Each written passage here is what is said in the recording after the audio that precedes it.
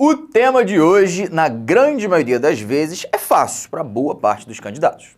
Mas se você não estiver atualizado, pode se tornar um tema difícil e você ter dificuldade de acertar essas questões. O tema de hoje é diagnóstico da hipertensão arterial sistêmica. E aí, preparados?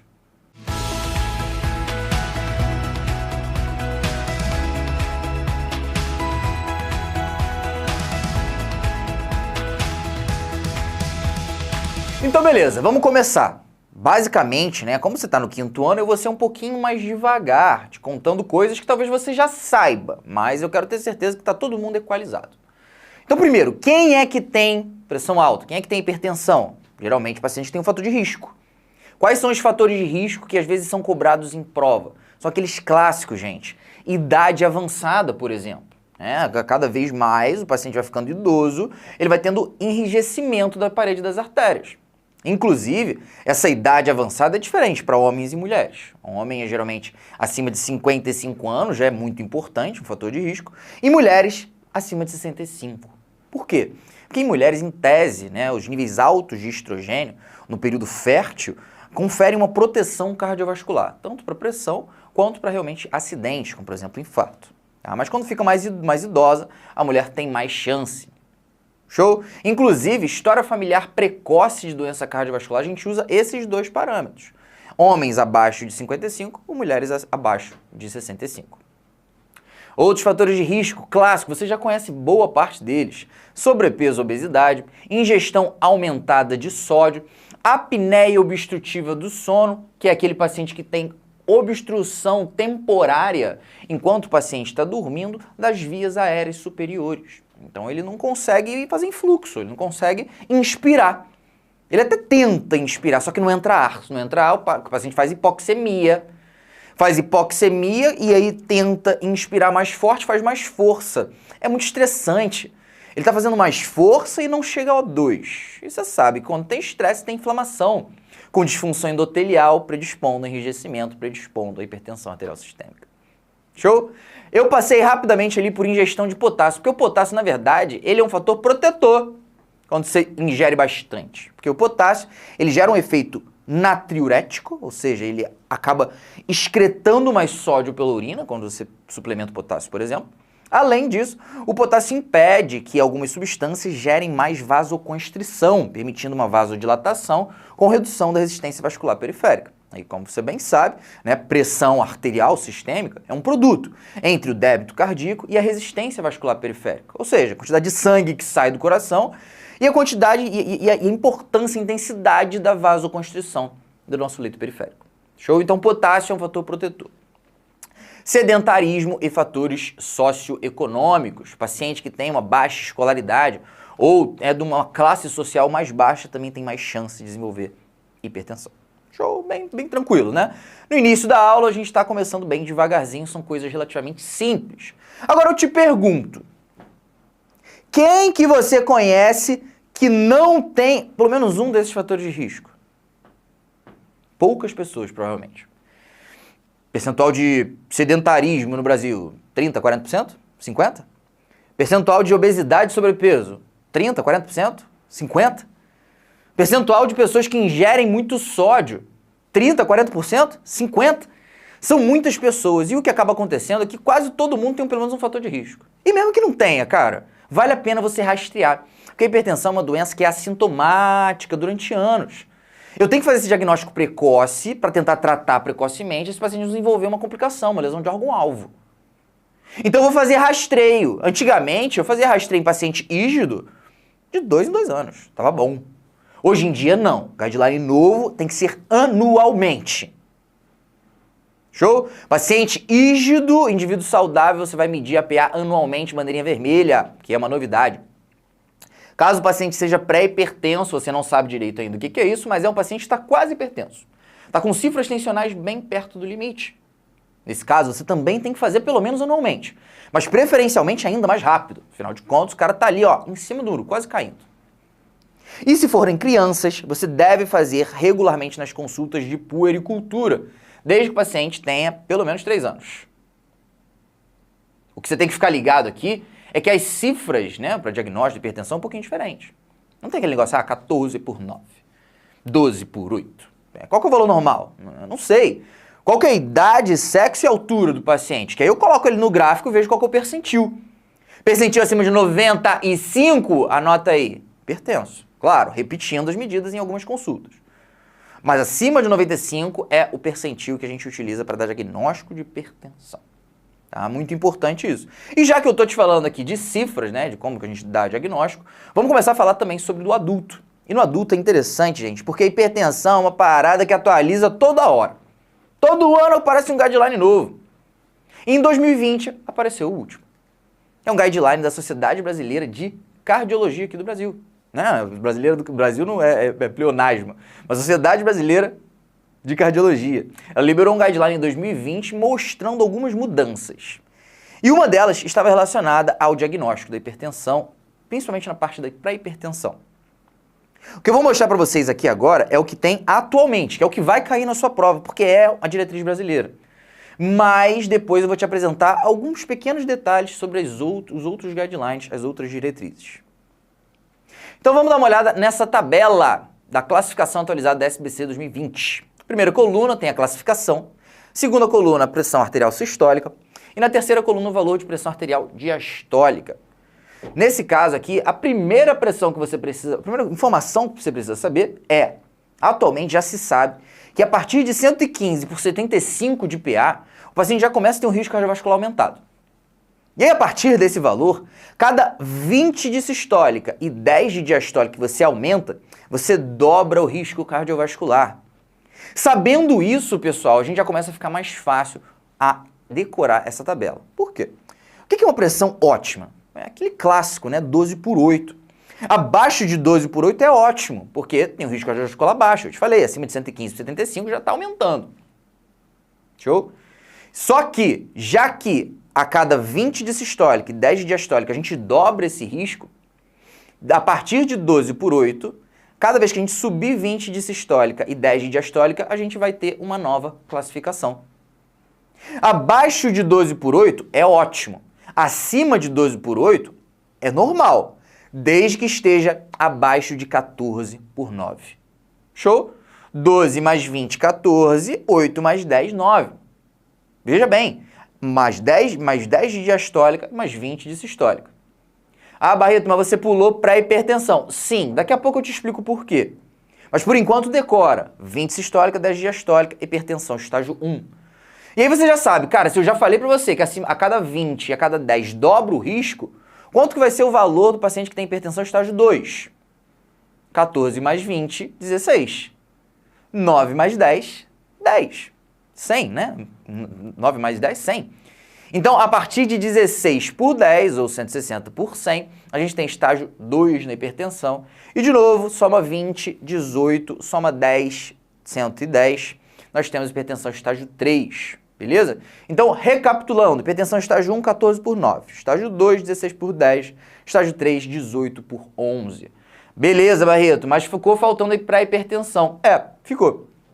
A pré-hipertensão, se você der uma olhada muito bem detalhada, você vai reparar que, na verdade, a PA normal e a pré-hipertensão, a diferença não está em 20 de sistólica e 10 de diastólica, mas sim 10 de sistólica e 5 de diastólica. É metade. Porque o que a gente descobriu recentemente é que essa faixa normal, né, entre 12 por 8 até 14 por 9, tem a metade superior com maior risco cardiovascular comparado com a metade inferior. Então essa etapa aqui, essa faixa é chamada de pré-hipertensão, a gente fica um pouquinho mais com cuidado com esse cara, a gente é um pouco mais cuidadoso. Então se esse paciente tiver, por exemplo, já uma doença cardiovascular instaurada, a gente já pode até fazer tratamento medicamentoso, ainda que ele não tenha hipertensão. Show? Essa é a classificação atual, é a que vai cair em prova para você. Mas existem outras, como por exemplo a classificação europeia, da ESC, 2018. Essa classificação, gente, a única coisa que eu quero que vocês vejam é ali, ó, estágio 1, começa em 14 por 9. Por que que eu tô te falando somente essa etapa? Porque olha na classificação americana, da AHA. 14 por 9 é a quarta linha, hipertensão estágio 2. Enquanto a hipertensão estágio 1 aqui para a AHA é quando você tem mais de 13 por 8. Então a grande mudança, a grande diferença entre esses guidelines é justamente quando você começa a dar diagnóstico de hipertensão estágio 1. E é por causa disso que esse é o Pareto. Quando cobram em prova, comparando uma diretriz com outra, é essa etapa. O paciente vai ter um pouquinho acima de 14/9, vai te perguntar se for pela ARRA, qual que é o estágio? Se for pela diretriz brasileira, qual que é o estágio? Entenderam? Só isso. Isso é o Pareto das classificações antigas. Beleza, já te passei aqui quais são essas classificações. Mas lembrando que isso aqui, gente, é para dar diagnóstico de hipertensão padrão, hipertensão arterial sistêmica. Tem outros tipos de hipertensão também. Por exemplo, aqui, ó, hipertensão do jaleco branco, hipertensão mascarada, hipertensão resistente. E para te explicar o que é isso, eu quero te contar uma história. Teve uma vez que eu estava atendendo, eu não lembro exatamente qual foi o hospital. Eu sei que eu cheguei na enfermaria e as enfermeiras pediram, pô, Barreto, tem como você coletar um pouquinho de amostra de sangue periférico daquela paciente de lá? A gente tentou e tal, mas ela tem fragilidade capilar, é uma idosinha e a gente queria sua ajuda. Eu falei, claro, eu posso ajudar. Agora, o que eu não estava esperando é que ia ser uma conduta uma consulta um pouco mais difícil do que eu estava acostumado. Então eu cheguei lá, feliz, no início do plantão, para coletar esse exame, para coletar essa amostra de sangue periférico. Quando eu comecei a conversar com o paciente, eu reparei que a idosinha estava me olhando de um jeito esquisito. Ela não queria tanto que eu chegasse perto dela, parecia muito ansiosa, nervosa. E aí a filha que estava do lado falou, doutor, é que ela não gosta de médico. Ela vê o jaleco e já fica muito preocupada. E aí eu perguntei para ela, pô, mas o jaleco te incomoda tanto assim? Ela fala, sim, eu não quero ser atendida. E aí eu falei para ela, pô, beleza, então vamos fazer o seguinte, eu vou tirar o jaleco, vou ser uma pessoa normal e vou coletar o seu exame. Pode ser? Ela me olhou meio desconfiada, mas aceitou. No final das contas, eu consegui coletar o exame. E a grande questão é que, na verdade, o que causava essa ansiedade nela era o estereótipo do médico indo atender. Ela ficava nervosa, começava a tremer. E às vezes isso acontece dentro do consultório. Não é somente na enfermaria coletando exame. Às vezes ele chega no teu ambulatório e tá nervoso. E aí você mede a pressão e ele pergunta, tá alta, doutor? E você fala, é claro que tá, tu tá tremendo. Você tá nervoso, tá ansioso.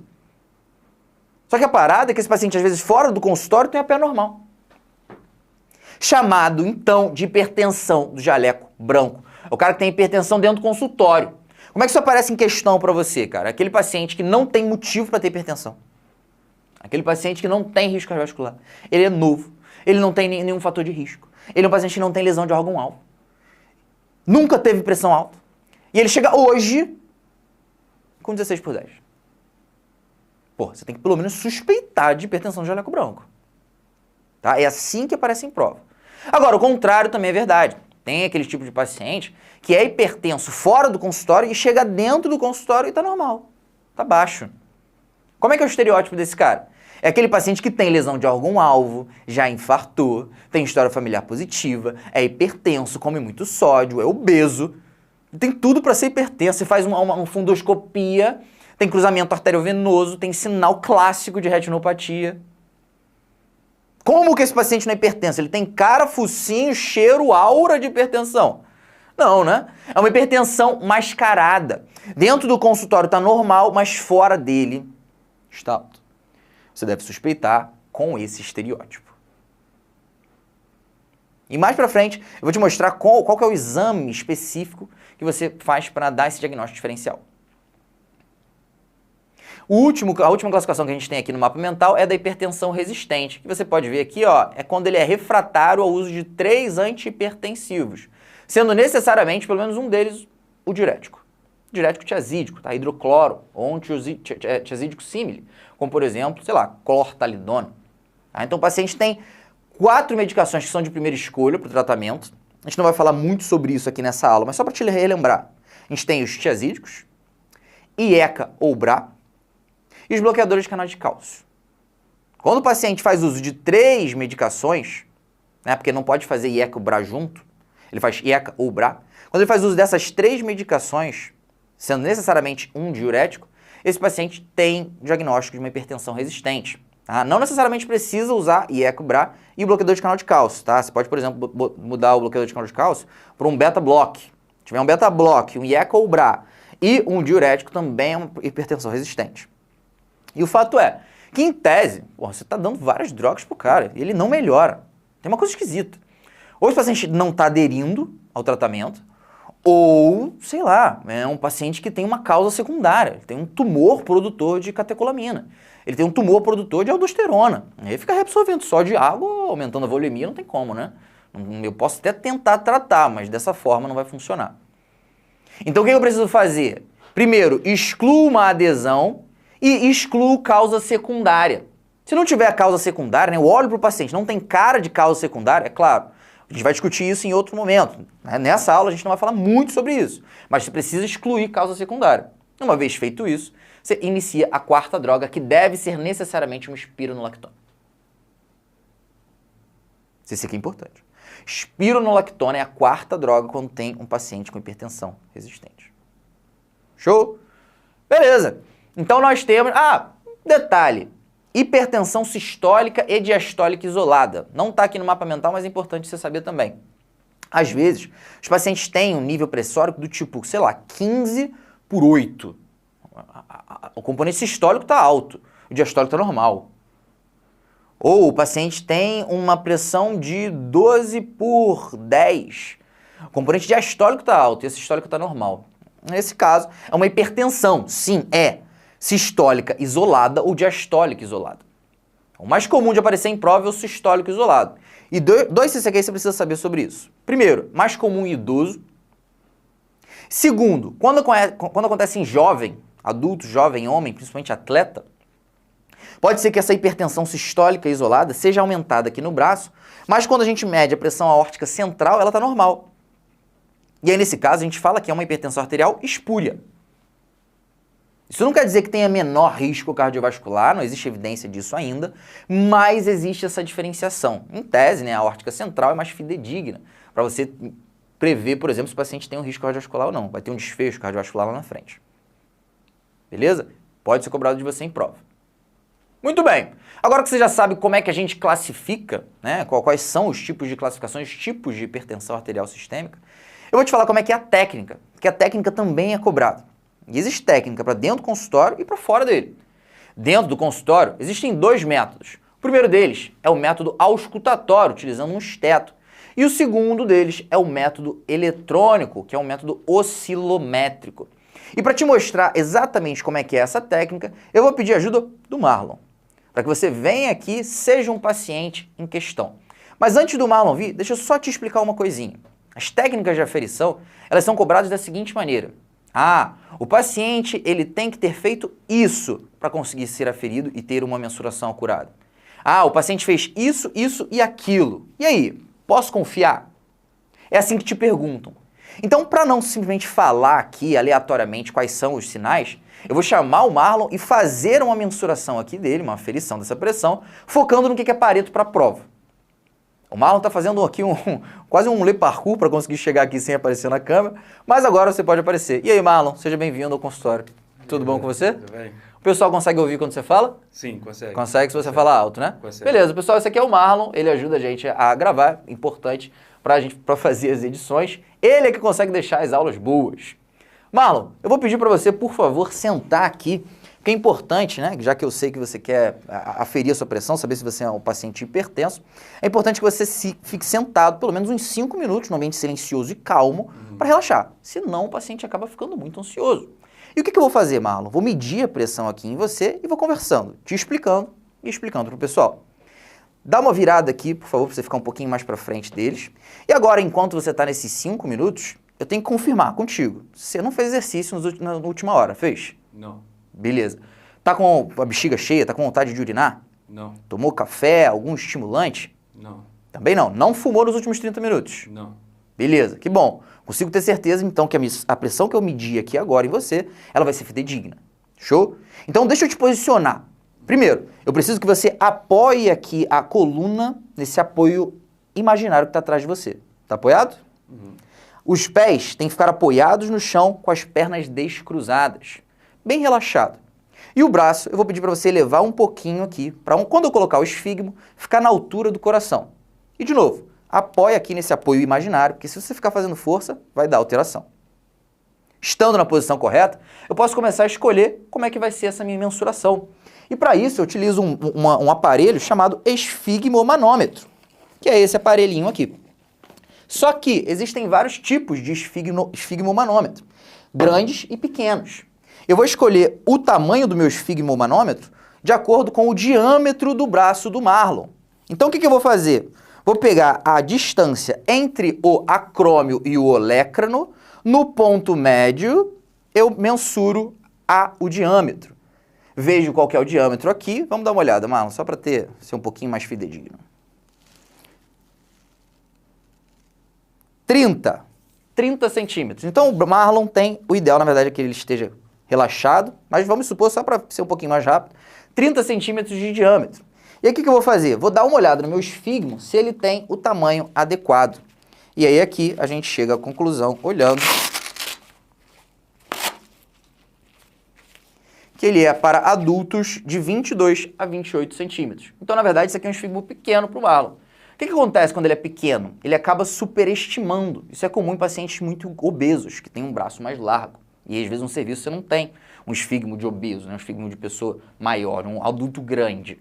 Tá? E se for um esfigmo muito grande, ele vai subestimar a pressão arterial do paciente. Mas tudo bem, vamos supor que aqui está certo.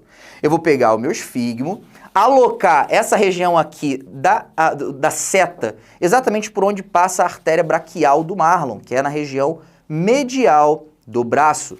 Então eu vou colocar bem aqui acima, fechar esse meu esfigmo, a braçadeira, tomando cuidado, Marlon, para estar 2 a 3 centímetros acima da fossa antecubital. Algumas questões cobram exatamente isso, sabia? Qual que é a distância que tem que estar da fossa antecubital? Uma vez que eu tenha colocado a braçadeira, o próximo passo é começar a medir a sua pressão. Eu vou começar a medir primeiro, não a pressão através do método auscultatório, mas sim a pressão arterial sistólica estimada, que na verdade é um método que eu uso a palpação. Como que eu vou fazer isso? Vou insuflar o cuff e palpar a sua artéria radial aqui do lado do processo estiloide. Eu vou fazer isso até eu parar de sentir o pulso do Marlon. E aí eu sei qual foi a pressão arterial sistólica estimada. Marlon, você deve estar um pouco nervoso. Você tem hipertensão de jaleco branco? Porque parou em 14.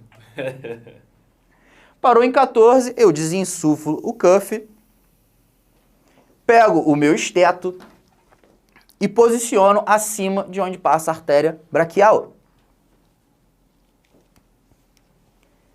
Posicionei, estou auscultando, o Marlon está relaxado aqui, apoiado no meu braço. Eu vou insuflar de novo. Eu vou insuflar até o 14, que eu vi como sistólica estimada, e vou adicionar 20 a 30, diminuindo gradativamente o cuff, desinsuflando numa velocidade de 2 milímetros de mercúrio. Tem que ser muito devagar, sabia, Marlon? Senão, pessoal, eu acabo perdendo aqui, não escuto os sons. Uma vez que eu consiga escutar o primeiro som, eu entrei na fase 1 de Korotkov. E aí, nesse caso, né, no primeiro som de Korotkov, quando eu escuto o primeiro som de Korotkov, eu sei que é a pressão arterial sistólica. Eu continuo abaixando bem devagarzinho, e quando eu paro de ouvir, eu sei que eu entrei na fase 5 de Korotkov, e aí, nesse caso, eu encontrei a pressão arterial diastólica. Ouço até o final para ter certeza disso, e pronto, posso tirar o meu esteto, tirar o esfigmo do meu paciente e falar se ele é hipertenso ou não, certo? A única diferença, Marlon, é que como é a primeira vez que você está aqui no meu consultório, né, eu preciso medir nos 2 braços para ter certeza de qual que é o braço que tem a maior pressão. E se tivesse alto, eu ainda teria que repetir isso um outro dia para ter certeza de que você é hipertenso. Mas por enquanto, tá tudo bem. Por enquanto, tá tudo bem. Na próxima aula eu vou te medir também, de novo, para ver se você está hipertenso ou não. Valeu, Marlon. Muito obrigado pela participação. Muito bem. Agora que você já sabe como é que é o método auscultatório, e lembrando, pessoal, só fiz isso aqui, cara, para ficar visualmente mais fácil de você decorar. Você não precisa decorar todos os passos, mas imagina, lembra o método que eu fiz, tá? Que vai ficar mais fácil de você conseguir acertar isso na sua prova. Esse é o método auscultatório, é o clássico, mas na verdade existe também o método oscilométrico, que é a gente utilizar um esfigmomanômetro que seja automático, eletrônico. Ele não usa o som, né, para decidir se é uma pressão sistólica ou diastólica no momento, mas sim a oscilação na pressão do aparelho. Porque quando você aperta o botãozinho, ele aumenta a pressão, bum, bum, bum, bum, bum, bum, bum, bum, até que chega um momento que ele começa a diminuir. E quando ele diminui a pressão, não tem oscilação na pressão, vai diminuindo gradativamente. como se fosse um gráfico de primeiro grau, sabe? Uma linha reta. Só que, quando abaixa a pressão entre a pressão sistólica e diastólica, durante a fase sistólica, o que tem? Fluxo. Se tem fluxo, entra sangue na artéria que está ali, ó, no braço. Então acaba oscilando um pouquinho a pressão. Nas primeiras oscilações, é o que a gente encontra, de fato, a pressão arterial sistólica no método oscilométrico. E ele vai ficar oscilando, até que a pressão aqui nos fígados, na verdade, esteja abaixo da pressão arterial diastólica. Porque aí não vai ter mais colabamento e abertura dessa artéria. Ela vai se manter aberta. Então vai ter um fluxo laminar e não turbilionar. Então não vai ter oscilação, sacou? Então a última oscilação é diastólica, a primeira oscilação é a pressão sistólica. Agora, qual que é o mais fidedigno? O método auscultatório ou o método eletrônico? Se eu te perguntasse isso alguns anos atrás, provavelmente a resposta correta seria auscultatório.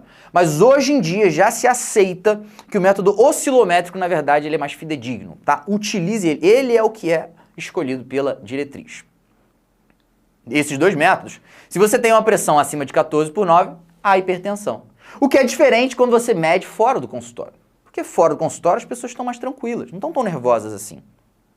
Então existem três formas, três métodos para você medir isso fora do consultório.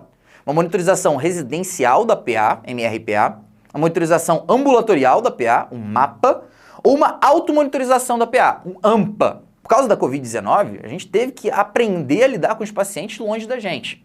E não dá para deixar de dar diagnóstico da pressão, de hipertensão, né? Então, o que hoje em dia é aceito? Que o próprio paciente monitorize a sua PA em casa. E é basicamente isso. Ele concorda com o médico quais vão ser os momentos. Tipo assim, Marlon, imagina que eu quero que você faça uma automonitorização da pressão arterial, um AMPA. E eu vou precisar que você, de segunda a sexta, mensure ali pelo menos uma vez por dia, em períodos alternados, tipo manhã, tarde e noite. Pode ser? Anota e me traz que eu faço uma média aqui e vejo se está um valor alto. E o valor alto, nesse caso, é acima de 13/8. É um pouquinho mais baixo do 14/9 porque ele está em casa.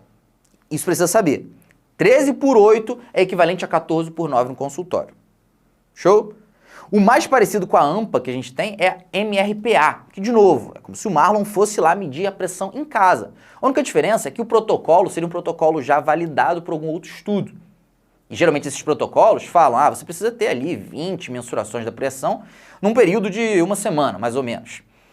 Só que são períodos específicos, sabe? São protocolos já do artigo. Então tem que ser todo dia de manhã e todo dia à noite, durante 5 dias, sacou? É um protocolo específico sistematizado, essa é a diferença. O valor de corte também vai ser 13/8. E por último, a gente tem o MAPA, que é a monitorização ambulatorial dessa pressão. A única diferença é que nesse caso vai ser um método com certeza automático, porque ele precisa de 15 em 15 minutos, ali de um tempo pré-determinado, ser medido. É um método automático que sistematicamente vai medindo a pressão do paciente, inclusive quando ele está dormindo. Por que isso é interessante? Porque eu consigo ver se o paciente está hipertenso na fase noturna. Se ele não tem o descenso noturno normal, porque se não tiver, risco cardiovascular vai lá no teto. Às vezes é interessante, inclusive, para eu saber se o paciente está sendo controlado de manhã, mas porque ele faz as drogas só de manhã, se à noite ele faz picos de hipertensão. Entendeu? Quando, então, nós vamos medir dentro do consultório e fora do consultório? Dentro do consultório, sempre. Agora, fora do consultório, uma MRPA, MAPA, AMPA, é quando eu tiver quando eu quiser mais segurança nesse diagnóstico. Por exemplo, imagina que o Marlon chega aqui super ansioso e dá 14/9. Eu vou ficar na dúvida, será que não é uma hipertensão de jaleco branco? Pô, o paciente não tem lesão de órgão-alvo, não tem motivo. Cara, faz o seguinte, mede em casa, faz um mapa. Ou é diferente, o paciente chega cheio de lesão de órgão-alvo, mas tá com a PA normal. Pô, deve ser mascarada. Vamos ver como é que esse cara tá em casa. Pede um mapa, pede uma RPA. Ou eu simplesmente quero que o paciente participe mais do seu tratamento, para aumentar a adesão. Então eu falo, fica fazendo uma RPA. E aí o cara vai vendo, né, diariamente. Vai dar vontade de aderir mais. Ou ainda, eu estou fazendo tratamento no meu paciente e eu quero saber se ele está de fato bem controlado. Eu posso também pedir uma monitorização extra-ambulatorial, na verdade, fora do consultório para isso. Ok, pessoal? O que vocês precisavam saber dessa aula é justamente isso. Cara, quais são os fatores de risco, como que a gente dá diagnóstico, né? Quais são os métodos, como que a gente classifica a hipertensão de acordo com aqueles subtipos. E a última parte que o Marlon ajudou bastante. Inclusive, muito obrigado, Marlon. Valeu. esperando o braço esquerdo. Ele tá falando aqui da minha técnica errada que eu não fiz no braço esquerdo dele. Boa, Marlon. Depois, ó, vou conversar contigo.